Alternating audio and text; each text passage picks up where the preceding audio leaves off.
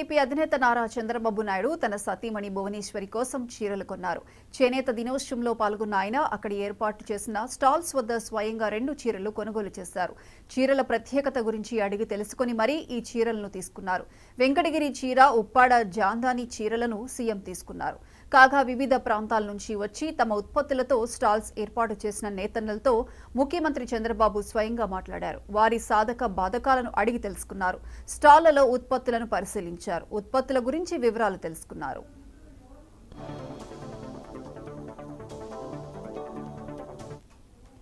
జాతీయ చేనేత దినోత్సవం సందర్భంగా సీఎం చంద్రబాబు చేనేత కార్మికులకు శుభాకాంక్షలు తెలిపారు.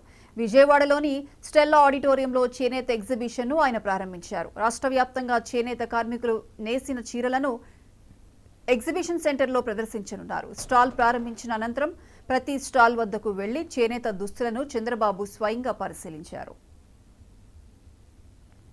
సుమారు 80కి పైగా స్టాల్స్ లో చేనేత దుస్తులు ఉంచారు. చేనేత కార్మికులను ప్రోత్సహించే దిశగా ఈ ఎగ్జిబిషన్ ప్రారంభించినట్లుగా సీఎం తెలిపారు.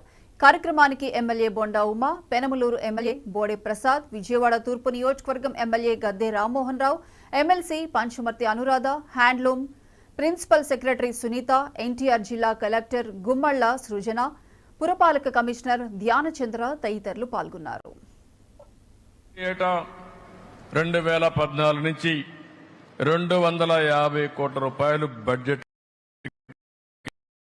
కేటాయించాం.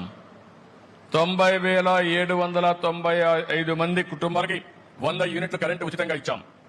ఆ రోజు మీరందరూ అడిగారు, చేనేత పరిశ్రమలో చాలా సమస్యలున్నాయి, చిన్న వయసులో అనారోగ్య సమస్యలు వస్తున్నాయి, మగ్గం పైన కూర్చుంటున్నాం, కడుపులోకి నూలంతా వెళుతుంది, దానివల్ల ఇబ్బందులు వస్తున్నాయంటే 50 రూపాయలకే పింఛన్ ఇచ్చిన ఘనత, పెన్షన్లు ఇచ్చిన ఘనత తెలుగుదేశం ప్రభుత్వాన్ని చెప్పి మరొకసారి గుర్తు చేస్తున్నా. నూలు రంగుల పైన 20% సబ్సిడీ ఉంటే దాన్ని 40% పెంచాం.